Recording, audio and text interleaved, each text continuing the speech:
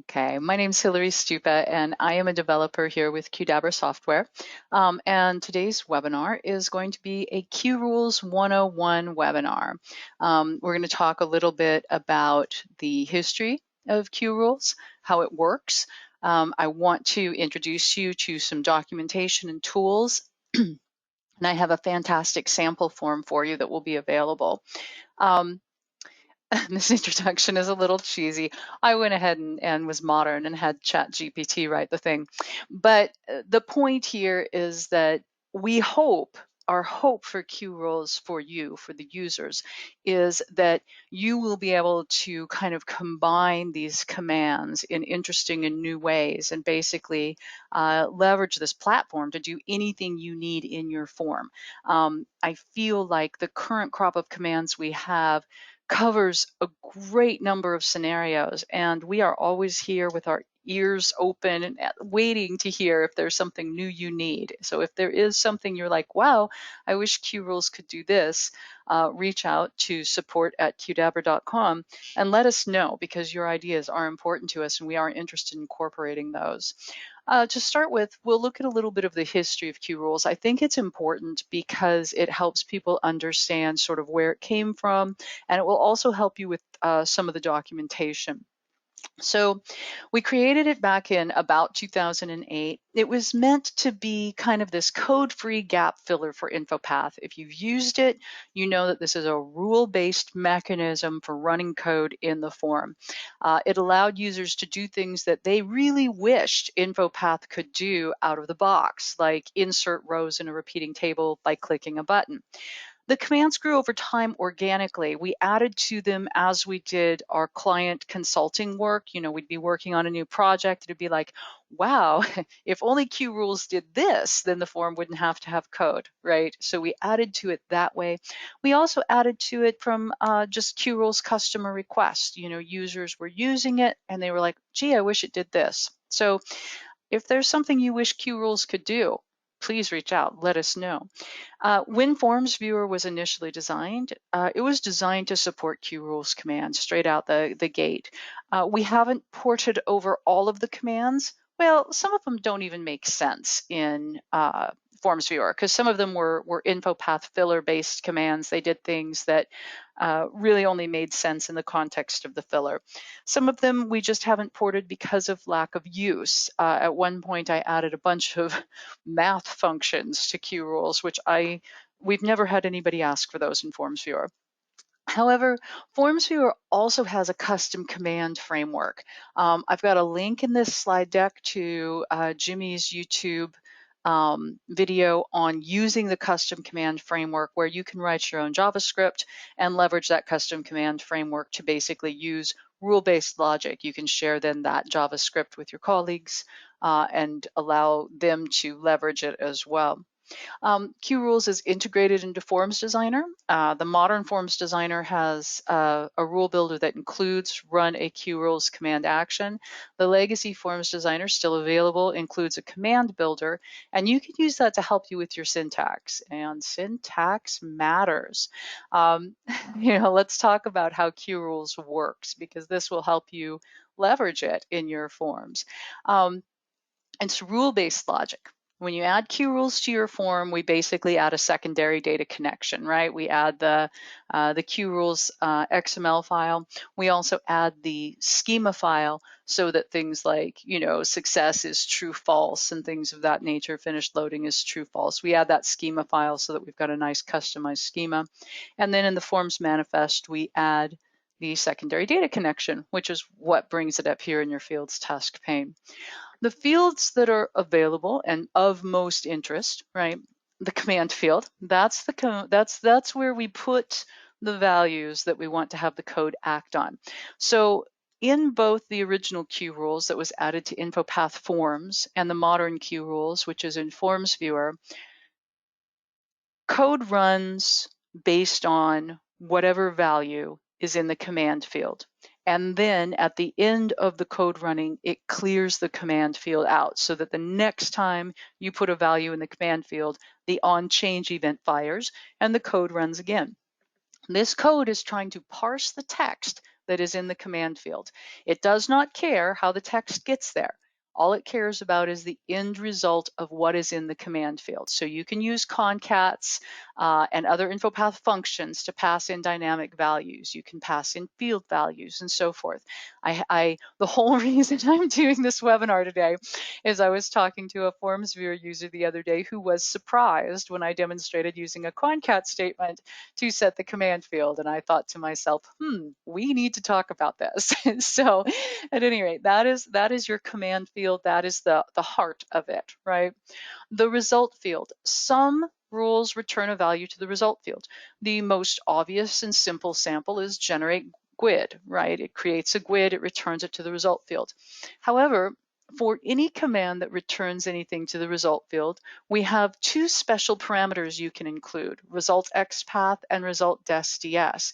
And that will return the result data also to a specific field. So if your pattern now is to execute a command and then use another rule to go put the results, or another rule action, to go put the results into a form field in either the main data source or a secondary data source, you can simplify that by using result XPath and result DES. Now, if you do not include result DES, we assume that the XPath is to a main data source field. So for example, I'm going to use generate GUID again. Sometimes we want a unique ID for something. You could use the generate GUID command with result XPath and the XPath to a main data source field in your form, and then you don't have to have another rule to set that value. So if you haven't been using that, I recommend it. It makes things simpler. You have fewer rules or rule actions. It's just tidier, right? So next is the success field. Success is Boolean. If the command succeeds, it's true. You can use this for your error handling. And I have a little caution here, just because I've seen this so often. Someone will have a rule that sets the command field, and it's conditional. It only runs some of the time. And then they have another rule after that that is not conditional, and they're checking the success value. Well, what happens? You don't know for sure if you're checking the success value for the rule you intend to, right? Because we run the command, success is set to true, and then it just stays true, right? So you could be in a situation where you are checking the success value for some rule that ran ages ago because you've got one conditional rule and one non-conditional rule. I bring it up only because I see it a lot. So just be aware when you're using success for error handling. Be aware if you've got conditions that you may not be checking success for the rule you think you are. Okay, so keep your eye out on that. Then finally, we've got the error node. If the command fails, the error node returns information. We're going to look at a sample of that. We have tried, and we've all seen bad error messages. We've tried to provide enough information to help users fix their error. But at the same point in time, sometimes we also need enough information so that if you have an error, we can figure out why. So if you run into an error that is mysterious, obscure, confusing, you just don't know what it means, again, email support. We are happy to help you with that. We're interested in that, right? Finally, a very useful section, and this came about later in the history of qRules, we didn't have this to begin with, is the execution history. We added this because it made sense. It made sense to be able to see during a form session what rules had run, what rules had failed. It was good good information to keep. It's session-based, obviously. It's a secondary data source. So every time you open your form, the qRules execution history is blank. And then as you run commands and they err and whatever, it shows up in the execution history. A couple of tips is you could put this in a debug section. You could put this in a special view that you have access to. It can be helpful to you when you personally are troubleshooting another user's issue. You know how sometimes we build things and they work for us, and then we give them to the users and somehow something goes awry? The execution history could at least help you find qRules problems. And you can also use this little line here, this, whoops, slideshows are tricky. You can also use this little line, the FormsViewer, get instances, etc., to see the execution history in the console. I've got a sample of that up here and right here. So if your qRules command fails, I used one that had a failure, right? I intentionally caused a failure here. If your qRules command fails, right-click, inspect, get into the DevTools in whatever browser you're using. You'll see an error here. For example, I've got this error. Here's my error, and it tells me what it was. This is a standard error that we would return if you passed in a bad parameter. I used incorrect spelling on the width. And so the error return just shows you all of the different parameters that are possible. If it's in square brackets, it's an optional parameter. So coming back here, that little line that I've got in the slide, this FormsViewer, get instances, etc. If you've ever seen me debug, and I know at least one person on this has, you'll know I use this quite frequently. And then you can pop down into the execution history. You can see, all of these things, right? You can see what happened, and you can just expand things and take a look. So you're aware. You can use this line to get information on any data source in your document. The main data source, you just leave this blank. Whoop, I got too much there, right? Main data source, you just leave this blank. If you are interested in, you can see here's my main data source. If you are interested in another secondary data source, you just change this Q where it says Qdabra rules to the name of that data source. This is just kind of helpful when you're debugging with a user, right? So it's just kind of one of those good to know about options. So that is using that. And if we move forward here, let's take a look at command syntax. Now, syntax matters, spelling matters, case matters, all of these things matter. If we have any parameters, a parameter is defined with a / parameter name equals, and then the value, and that is a parameter syntax. The command name comes first.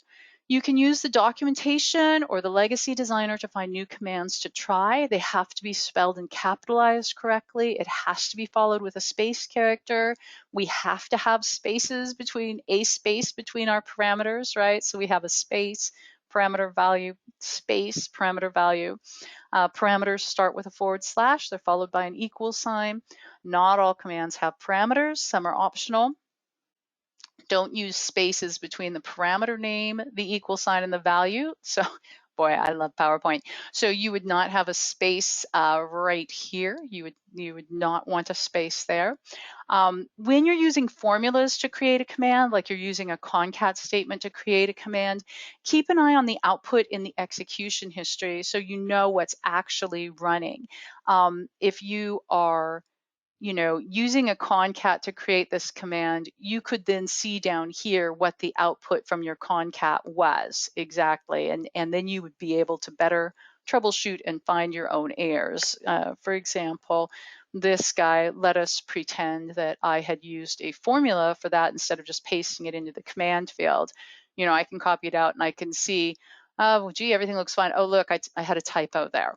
Right, so that's the kind of thing to watch for. And in fact, most of the errors I see are related to things like typos, right? We've got a space where we don't need one. We've got no space where we should have one. We've got things misspelled. Casing is wrong. So those are just some things to keep an eye out for when you have errors, especially if you're using dynamic formulas, you're using concats. Documentation and tools. I loved this quote. I thought it was fabulous. Reading the manual was a last resort, something to do only when all else failed. It was the means by which we admitted that we'd lost our grip on a situation. I'm like, yes, that is exactly the situation, is it not? Documentation. So we have the documentation still available from the original version of qRules that was used in InfoPath. Not all of those commands are available in FormsViewer, and FormsViewer has some additional commands. However, it still is very valid in many ways, and you can find that documentation on InfoPath Dev. We've got the user guide and the command overview. The command overview is the one I use the most personally. It's definitely something that I look things up in. And I'm just going to pop it open real quick to show you a couple of things. I should have had it open already. There goes Adobe. Okay, so some of this is applicable to the old style of qRules, right? You get your installer, you get your injector, you inject your form. All of that's moved to FormsViewer now. But we do have a command overview here. It also explains this result XPath, result SDS, which is helpful. It talks about how commands are supposed to be formed, which is helpful. And then it does have this overview of commands. And we do have a command compatibility matrix, which does include the stuff that's FormsViewer compatible. However, I'll show you the legacy designer. So if you go into a template, and I'm just going to grab one at random and open up the templates page in FormsViewer, you can click Design Legacy. And when you go into the Legacy Designer, if you've got qRules already injected, you'll see the list here of available commands. And you can select any one, and it will let you find what you need here. So you could put your XPath in here. I'm going to make one up. Whoops, I'm going to make up a valid one. No, I'm not. Okay, now I'm cooking. So here's a sample XPath. You can get those from InfoPath, right? And then we've got a data source name if I wanted it to be dynamic. Now, do you see how down below this command builder has changed to, it's changed to a concat statement, right? And then, my new value, etc. I'm going to change this back to static because it's not dynamic. Okay, and then you can see I've got this. If I change this guy to dynamic, I could pick a field, for example. We'll just do field 2. Field 2. And then this has provided me with a formula that I can just copy out, right? This is a concat statement. It's doing a set value. It's setting field 1, which is in data source name Qdabra rules. We all know it's not there. I'm just making this up as I go along. And the value is coming from field 2. But it gives me this command already built. In some of the commands, you'll find a field picker. On some of these, when you go to dynamic, I don't believe the ones I'm randomly picking here have that. However, they are available. Dynamic, do you have a field picker? Dynamic. No, at any rate, some of them pop up with a field picker, but you should give this a try in order to find commands and have it help you with the syntax. It really does make things a lot easier. So don't be confused in the documentation by things that are referring to stuff that's no longer part of qRules now that we've moved to FormsViewer, but do download it and have that command overview handy because it does have some good explanations and it does give you the opportunity to browse through things. And do use that legacy forms designer to look for commands as well and have it help you build them. So again, I'm basically just saying the same thing here. The legacy designer can help you. There's a rule action in the modern designer for running a qRules command, so you don't have to go and pick the field. Both legacy and modern can do things like inject qRules. Both legacy and modern can do things like help you build your SharePoint list mapping. So the injector used to be a separate thing that got installed. The SharePoint list mapping tool was an InfoPath form. Look, just avoid those if you can. If you still got them installed, just use the FormsViewer versions. They're so much better, okay? So this demo form, if you have in the past used qRules for InfoPath, the one with the injector, and then you may have noticed that it used to install with a qRules demo form. So what I did for this webinar is I went ahead and I took that form and I updated it to FormsViewer. And I'm going to include this form with the webinar materials because it's got some samples that I think are going to be useful to you. And it's kind of nice to have a sample form. For example, we've got a sample here of alter image, and I'm just going to see if I can find a picture, which they're rare on my work computer. There we go. All right, and I'll say okay, right? And I can say I want to make this, much smaller. I click alter image, and there I've got a tiny image. That can be useful if you're getting huge forms submitted, right? And you need smaller forms submitted. Date add is kind of nice because if you haven't used it before, you can set it to just add weekdays, for example. Sometimes we need that in business processes, right? We need to add just weekdays, and you can see we've added 5 weekdays to that, and we come up with 426. If we add just days, we come up with a smaller number, 2 days smaller. That's what we'd expect. If you haven't used encrypt decrypt, if you are storing any data that you would like to have private, you can you can use encryption here. Private, I'm going to use now, obviously, you'd want to do something else here for the password. Sometimes we do the text really light. Sometimes we use a font that's dots. You could probably come up with a good JavaScript way to obfuscate that. I'm going to copy this because I'm lazy. And then when we encrypt it, you can see now we've got, I don't know how to pronounce this word, but Rgindel symmetric encryption algorithm and a 256-bit key length. So that's encrypted now. And if I wanted to decrypt it, I can do that as long as I have the password.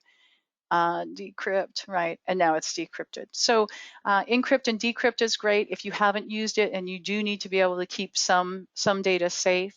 Another one I'd like to highlight here is get form property. Last modified date. So a lot of us are in the habit of putting a form version on our forms, but you could also just get the last modified date as a form property and show that on your form. Just add it to a form load rule and excuse me, a qRules finish loading rule or something, and then you could display that on your form. It's a little bit more meaningful for users, I think, than just having the form version. I'm going to show you guys 2 more that are great. Render form, there's a ton of commands in here. Render form is cool because you can render the form as a PDF, right? That's pretty awesome. But not only can you render this form as a PDF, and you can select which view you want to render, but you can render another form as a PDF. And I was looking at this command just the other day and I was like, wait a minute, what is this telling me? But yeah, if you would like to, you could include a template name and a data source name, and you would be able to render a different form from this form as long as you passed in the data that you wanted. So let's just say you have a secondary data source with another document and you need to render that. You can pass in parameters and have it spit out a PDF of that other form, which I think is just magic. I'm really excited about that. And I don't know why I didn't know that. I've got no excuse for that. Set default view, I'm lying, I said I'd show you 2 more, there's 3 more. Set default view it sets the form view and it allows you to switch views at any time, not just on form load. The command name is deceiving. It was named when we were using InfoPath Filler, and InfoPath Filler and browser, InfoPath proper, the code model, the object model didn't allow us to switch views on field change. There was nothing we could do about it, right? But in FormsViewer, we have controls. So you can change views on button. You can change views on a radio button. You can change views on a field change, these things that you couldn't do back in InfoPath, and you can do it at any time, not just when you're loading. And finally, another tool for your toolbox for troubleshooting, and that is write log. We're just going to go ahead and hit inspect here. I use write log a lot when I'm trying to troubleshoot timing issues. My form is slow when it opens, right? I'm trying to troubleshoot the timing issue. I might add a number of write log commands in between rules saying, this is on rule X, right? And what happens when you use write log is it logs in the console and it includes the date and time by default. So when you're troubleshooting something in your form, you can use write log to spit data out to the console to let you know where you're at, and it will help you see when the rules are running what's taking a long time. If you had a set of 5 rules and you were writing log in between each one and you saw a gap of 3 minutes, right, you would know which rule was causing your troubles. And that's half the battle, right? Knowing what's going wrong, that's half the battle. So I'm including this form with a webinar packet, and I hope you'll play with it a little bit. It's got commands you may not have tried before, that it may kind of be something that might solve a problem you have that you didn't realize qRules could solve. It doesn't have all of the commands. Not all of them make sense in a demo form, right? So like if I set up a demo with submit to SharePoint list, you'd have to set up a SharePoint list in your environment that matched mine. So, or get term sets. We've got one attendee who I know is familiar with those. It's just kind of, some stuff doesn't make sense in a demo, but hopefully this demo will get you energized about qRules and interested in trying some new things. If anyone has any questions, now would be the time to ask them. I don't see any at this point. I'll keep an eye out for that as I do, as I pay our bills here with Qdabra Forms information. Obviously, we've just been talking about FormsViewer this entire time because I am talking about qRules in FormsViewer. Qdabra Forms is a great way to just keep your investment in InfoPath, go ahead and move forward. You don't have to rebuild. We can keep you running. We've just done another major migration with 16 different forms, and everything's going very well with that. And really, you guys, you can move off of InfoPath and into FormsViewer very easily. We just shipped, I said 8.1 here. It's actually 8.1.1 now. We're always improving it. It's continuous improvement. If you have suggestions, if you have ideas, we are very open to them and we encourage you to let us know. So that's it. And I really appreciate your time today. I hope everyone is like I said, inspired to try new ways of using qRules, new ways to combine commands, and as always, inspired to let us know what we can help you with, because we do want to make this product work well for you. And so if you have something you need this to do, let us know and we can help you. I'll pack all this up and we'll get the video ready, and I will be sending this out to you later today. Thanks again. I do see there's a question. Oh, it was just a thank you. You're welcome. And yeah, have a great day, everyone. Take good care, and we will talk to you again soon.